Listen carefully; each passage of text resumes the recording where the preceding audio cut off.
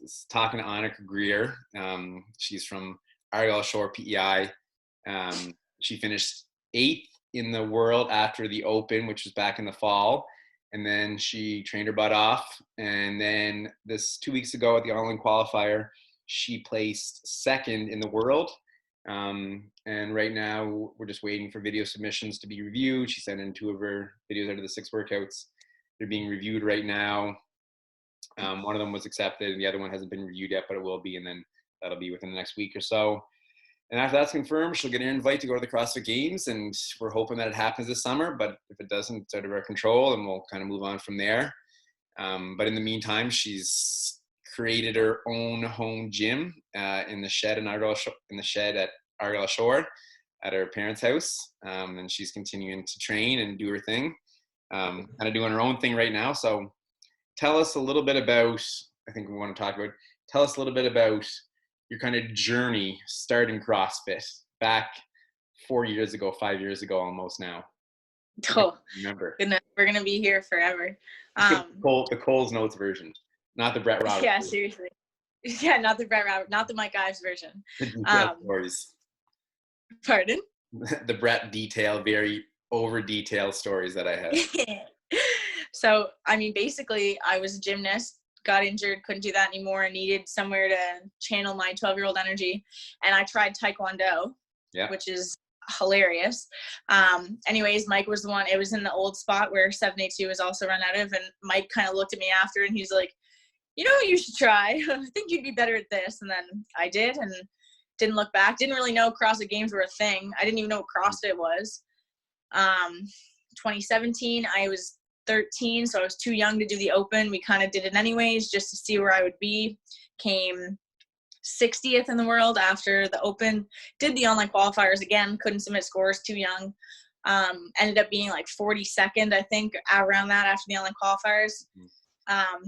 Then kind of had a chat with Brett after that and was like, do you want to do this? I was like, yeah, let's do it. So he started programming for me, just some stuff in addition to the class WODs. Going into 2018, started training more, just progressively kind of building up volume, intensity. And then in the Open in 2018, came 10th in 14-15. Surprised the heck out of me.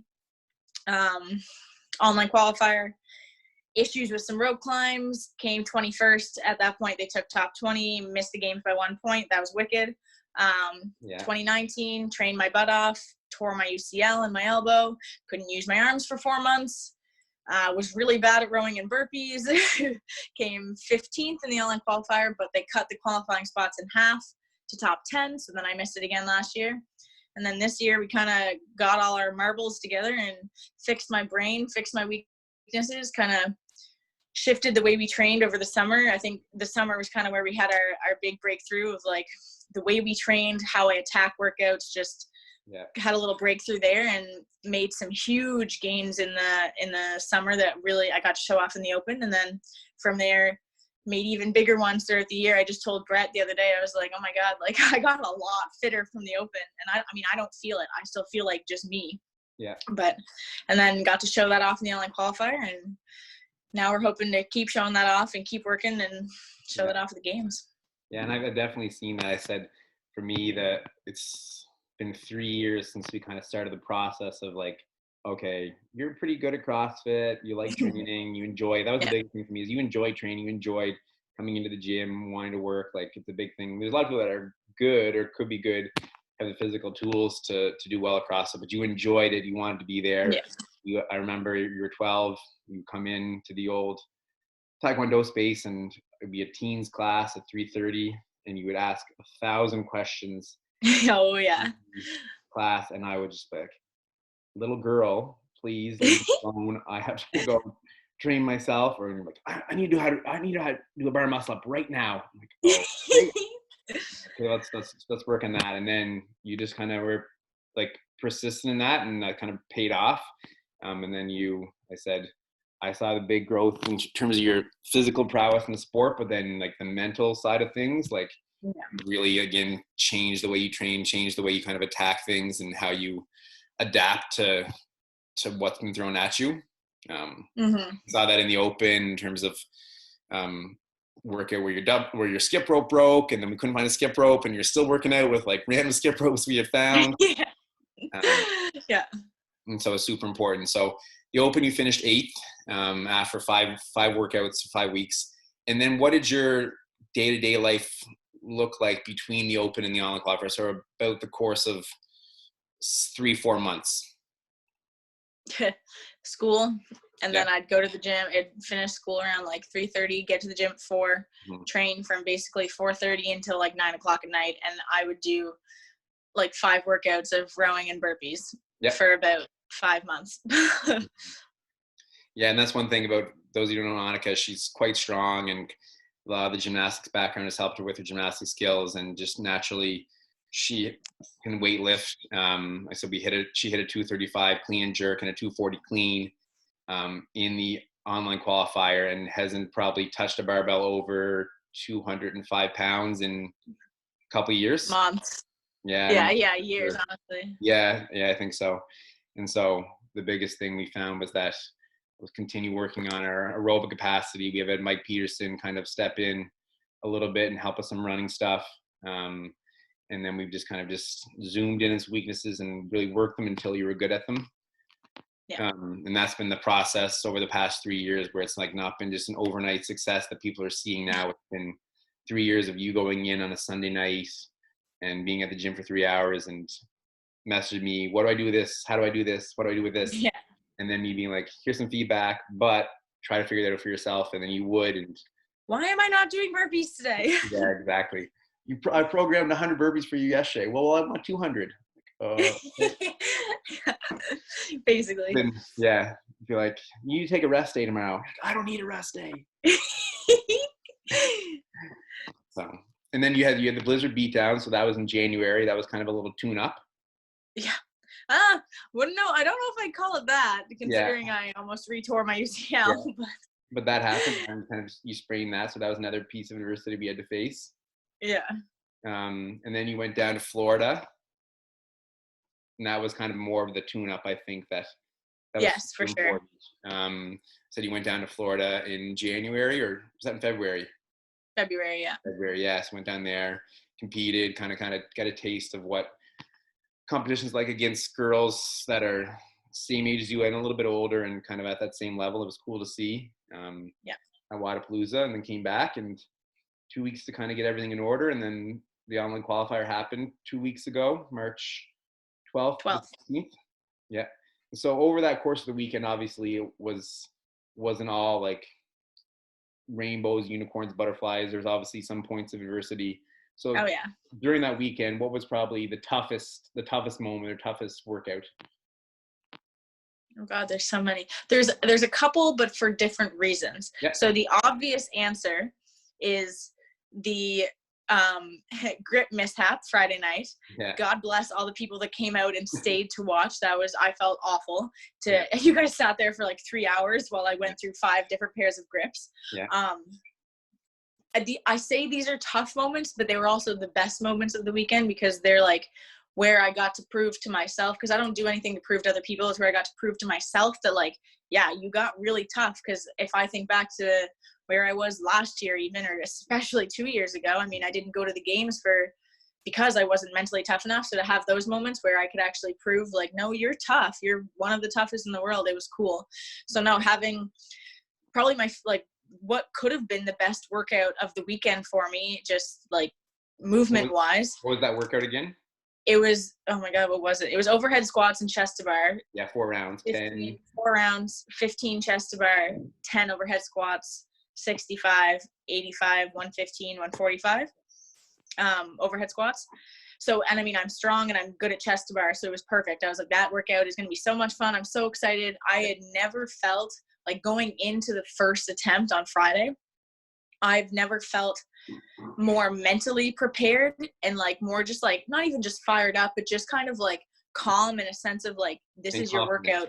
And I was confident. And it's weird for me because that's something I've struggled with for the past 2 years. It was like, you can win this workout, and like, you know, you can, and you know what you have to do. And I was just like, I'm so ready. Got through the first set of chest to bar, first overhead squats, tore my grips. And I was like, oh my God. So we redo it with a different pair of grips. I tear those. try it with another one, and the Velcro rips off. And I'm just like, at this point, I'm like, oh my God, I think I'm going to die. My blessing of a mom drove all the way home to Argyle Shore, got her grips that I'd tried earlier, just to kind of see what they felt like, just a pure coincidence. So I knew I could use those. She brought them back, and I tore those too. At this point, I have no idea what's going on because I do chest bars every week with the same pair of grips, and it's never been an issue. Then realizing that I'm using this small bar, the 1-inch bar, and that's probably putting a really awkward angle on my grips, and that's probably why I tore them. So finally, 5th or 6th attempt, I think at 5th attempt, we moved to the regular sized bars, and I do the workout after having been there for 3 hours, having done like already the full workout, basically like 120 chest bars, solid like 60 overhead squats that didn't count. Still managed to do it, and I still managed to keep my head on my shoulders and do it 100%. Honestly, I did it really well. Like I still, even with that time, it still would have been top 10, top 5. 4 minutes 14 seconds, and then you do your 3:59. So yes, even with all that kind of that challenge and all that work beforehand and the grip stripping, you still had I think is a world-class time in 4:14. And you hit your 100%. head, your actual attempt that you did, you hit your head with the bar. I had the biggest goose egg. I smashed myself in the face. I put it on my story because I just was laughing at myself, and all these people were like, oh, well, at least it was heavy. I was like, no, that was the first bar. That was 65 pounds. Like, I've got no excuse. You missed your snatch at 115. Yes, that's true. Yeah. Yeah. And I think then, like, with all the work and the level of fatigue that you were probably feeling from the chest bar, you had to break up the chest bar probably more than you wanted to. But you stay composed through that 4 minute, 14-second block, and like you finished it. Yeah. And I know then afterwards, I looked at your mom and dad. And I was like, okay, we're done for the night, because we planned on clean and jerking after that. Looked at your mom and dad. I was like, okay, we're done. We're going home. Like, it's 9:30. Yeah. You looked at me. Yeah, you looked at me, and I was like, I had just kind of like broken down a little bit, just crying a little bit, and then I got it in my system. And then you looked at me and you were like, all right, good job, you're done. And I was like, no, I'm not. And you were like, yeah, I figured. Yeah, and then I was like, okay, we're gonna be here, clean and jerk. And then I think we stayed. Mike and Hannah stayed. Your mom and dad, obviously, and then Mike did 30 before we got home. But I know you hit. And this is one that we were looking forward to. We knew what kind of lifts you could lift. So I think we started videoing at 215. You hit that. You hit 225. Put 235 in the bar. I think you missed it the first time. Missed the jerk. Did I? Yeah, I'm pretty sure you missed 235 the first time you did it. You hit the clean, and then the second time you did it, I think you hit it, and that was. That was probably the best clean and jerk of like my whole life, to be honest. That 235. That was like, I was looking at the video and I was like, that's probably one of the best jerks. I mean, my cleans are my strongest Olympic lift, so I wasn't. If I can get underneath it, I can stand it up. And I mean, you watched that with 240. I caught it with my elbows a little low, like sat in the bottom, fixed my elbows, and then stood it up fine, right? So, and then but my jerks are my weakest point, so I was happy with that. Yeah, you hit the 240 clean, stood it up. You just missed the 240 jerk. You looked at me, and I said, "No, we're done. That's a good score. 235 is good." Like, and don't hurt yourself. Yeah, don't hurt yourself. We have a long weekend to go. And then the rest of the weekend, you just attack. Like, that's the biggest difference I saw. You had a belief in yourself. You knew what you had to do. You knew what you had to do mentally and physically to be where you wanted to be. And you just, day by day, workout by workout, you just attacked. And when something would go wrong, the next day, you did that burpee one. You were happy with your score, the burpee dumbbell snatch row. You were happy with your score, but then we redid it again on Sunday. And you improved by 40 seconds because you knew, okay. 51 seconds. And I think that was a really proud moment for me, is that like you were able to analyze things yourself and be like, okay, here's what I'm capable of. Here's what I can do. Here's how I'm going to do it. Do you agree, Brett? Like, yep, let's give that a go. And we just go and do it. For me, like I remember at Atlas Games in 2018, going into the last workout, we knew if I wanted to come third, I needed to finish ahead of this one girl, and and she could finish ahead of me, but I couldn't let anybody get in between us. And I remember you told me that, and I was like, nope, can't. Like, I don't care. Like, I'm just gonna go do the workout. I couldn't. Like, we were gonna plan out how to do it, and I was like, no, can't worry about it. And then that was a big change for me, was being able to call it Mike Ives and Nick, because he's so analytical about all these workouts, and I never have been. I've always just been like, whatever, I'll just go into it and do what I can. But before the burpee workout, the redo, I remember Mom and I always went in like super early to warm up because I hate being rushed in my warm-ups, even if they take forever and they probably don't need to. Yeah. But I remember I had her holding my previous video up in front of me while I'm doing burpees, and and I'm doing like different styles. I'm like stepping up, I'm kind of like walking down, and she's telling me if I'm behind my first pace or ahead, how much faster. I'm like trying to figure out if I can maintain that. We were like looking at my cycle speed. It was like I fully planned out. Like I looked up, I mean, it's pretty easy to tell what your pace is when it's meters, but for cows, I looked up like cows per time per 50, and I was like, okay, if I rode 8:17, I can move it to like 8:27. That'll save me like 6 seconds. It was just like I was able to kind of nitpick it, which I've never done before, and then actually stick to it, because I can do those things and then get two in my head. Yeah. Whereas this time I was actually able to make a plan, and then I was mentally tough enough to be like, this is what you have to do and you're going to do it, and there's no other option. And that's the biggest thing, as I saw, is that before, like, I think planning too much in the past would lead you to overthink things. And I said, you're a really phenomenal athlete. So whenever you don't think things through, you can just go. But now you've also developed the skill of like, you can have that mental edge where you can think through things, but not let it slow you down, not let it kind of 100%. Yeah. And I noticed that. Yeah, I noticed that especially on the double under workout, because I mean, looking at the workouts, just although we don't, it's like, yes, I still have wheelhouses. It's clear. I'm not Matt Frazier. Even Matt Frazier has wheelhouses. He knows he's going to excel at a clean and jerk.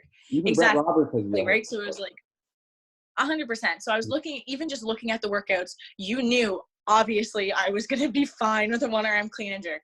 Yeah. Heavy overhead squats and chest to bar. Love it. Deadlifts and handstand push-ups and front squats. It was like, in past, I might not have done so great on that workout because my handstand push-ups were okay. My heavy deadlifts were not great. And high rep front squats, although I can squat heavy for something like lactic acid threshold in like that like 4 to 5 minute range, I could have potentially gotten hurt on that workout. But knowing how much work we put in there, I knew I was going to be fine on that workout. It was the burpee row and the double under one that was like, if you're going to make mistakes and if you're going to get hurt on a workout, it would be those two. So knowing that through the weekend, it was like, I felt good about, there's been very few moments in competition where I've been able to do a workout and finish it and be like, you just did that well. Like you kind of have that gut feeling of like, you did that well and you're going to do well in that workout. Yeah. Mm-hmm. And I remember after the double under one, we did it once. I didn't think too much about it. It was the first workout we did. It was just kind of like done under the belt. Yeah. It surprised me a bit. I mean, I skipped on the soft mats. I tripped a bit. My calves blew up. It was just kind of like, okay, that's done. We'll think about that later. Yeah. We redid it and I didn't do that much better. And I remember I was talking to some of the other girls about who were behind me in the open, and I was talking to some of them about how they were doing, and they were a lot closer to me than I would have liked. And then that's kind of when I realized I had like a little bit of like a gut feeling of like, so it was an AMRAP and I was in the 6th round and I could not finish the 6th round. I was like maybe 30 double unders away, but that's enough time. Right. So I was like, you need to be able to get into the 7th round if you want to go to the games. It was like, that's kind of made that deal with myself, even though I really, and I didn't have to. It was like, technically I did not have to get into the 7th round to go to the games. Yeah. But I kind of told myself, because I knew we were going to redo it a 3rd time. And I was like, you need to get into the 7th round if you want to go to the games. That's the deal. And you have to do it. Mm-hmm. And so I remember I did the same thing. I sent you that picture. I wrote down how much rest I took between rounds, where I took the most rest, where I started to trip on my double unders, how long I took between my double unders, like every single amount of time that wasn't spent working, I went over, and I kind of tried to pick the parts where we could like reduce this by 1 second. I saved like 5 here. Right. And I went over that and we made a good plan. And I remember I went into it, and it's the video I posted on my Instagram of like, you were like, okay, 5 seconds. And I was just sitting there and I was like shaking my head. I was like, you can do this. You can do this. You can do this. And then I did. Right. And that was probably the coolest moment of the weekend for me. Was being able to like make a plan, put pressure on myself. Cause for me, like I do have a little bit of like that performance anxiety, right? Where it's like, I put too much pressure on myself. We saw it in the open. I did it with 20.5. I put too much pressure on myself and I flopped. Right. So for me to be able to like put that pressure on myself of like, you need to do this and this is how you're going to do it and you can't mess it up, and then actually be able to execute it, that was really cool for me. Yeah. Speaking of, 2025, I was thinking about what the workouts. I remember 20.5 was that muscle up wall shot row workout. And Yeah. you still did well. You still had a good time the first one you did. But you did Friday night, did 40 muscle ups, 120 wall ball shots, 80 cal row. Did well enough. You finished in like 17 minutes or something like that. And then Hmm. you're like, I'm gonna do that again tomorrow. And the next Yeah. time you did 40 muscle ups again, 80 cal row, 120 wall ball shots. And you finished a minute and some faster the next day. Well, I remember finishing that workout and just being frustrated because I remember I got through 2 rounds of because you could break it up however you wanted. And the way we broke it up, I got 2 rounds in, and I remember the strap on the rings came down and I had to come down, and I was just like, I put so much pressure on myself that I eased off the gas pedal there, and I was like, well, you've already made a mistake. It's too late now. And then the whole rest of the workout, it was just almost like a little panicky kind of like fighting between you need to keep pushing, but you've already messed up, so there's no point. Yeah. But you stayed with it though, and that was the super problem with me. You stuck with it. You didn't stop. You didn't shut down. You just kept moving. No. Even though you knew that may not be your best score. So. Yeah. But at the same time, it was like, I could have gone faster if I had just gotten out of my head and stopped questioning. So it's like, yes, that was an improvement from 2018, but I also knew it was like, no, you need to be able to. I remember the next day I put on my country playlist, Will Stewart sang Dolly Parton 9 to 5 for me. Yeah. And it was just kind of like, I just took the pressure off myself. But at the same time, I don't have to do that now, where it was like, I told myself, you just go do what you're capable of. Don't overthink it. And now it's like, I can put that pressure on myself, think about it a lot, and still be able to do it well. So I remember that, and then like when the pressure was off, I said the last moment we finished, it was a Monday. Mike hit that big clean and jerk, took all his clothes off and weighed himself. And then you went in, you did the overhead squat workout, chest bar workout again. You had a little bit of a shoulder kind of impingement. Yeah. You went through that. Harrison McKeever, thank goodness, and Greg Wright, they were there all weekend judging and helping your body and helping Mike's body. Did that, did better on that overhead squat chest bar workout. And then we said, okay, we're not doing the clean and jerk one again. 235 is going to be a good enough score. And we said, let's do that muscle up toes bar one just to see if we can get like 15 seconds better, 10 seconds better, whatever. Yeah. 230. Jumped in, we turned a little bit of music on. We broke it up a little bit differently. I think you said you did 5 and 4 on the bar muscle ups, and then 9 and 9 on the toaster bar, and then 5-4, and then 7-5-4 or 7-6-5, and then 5-4, and then just whatever you could do. I got to the last round behind my pace from the first time, but because I broke it up earlier, I had more left in the gas tank. But it was a 3-rounder, and after the first round, this video kills me. They're like, music's quiet. This was another one where it was like, you can't overthink this one. There's not much planning to be done. It's just like, just do it. So I knew I already had a good score. There was like 15 minutes left, but I finished the first round and I stopped for a sec, and I hear my mom go, halfway. And I'm like, Leanne, what are you doing?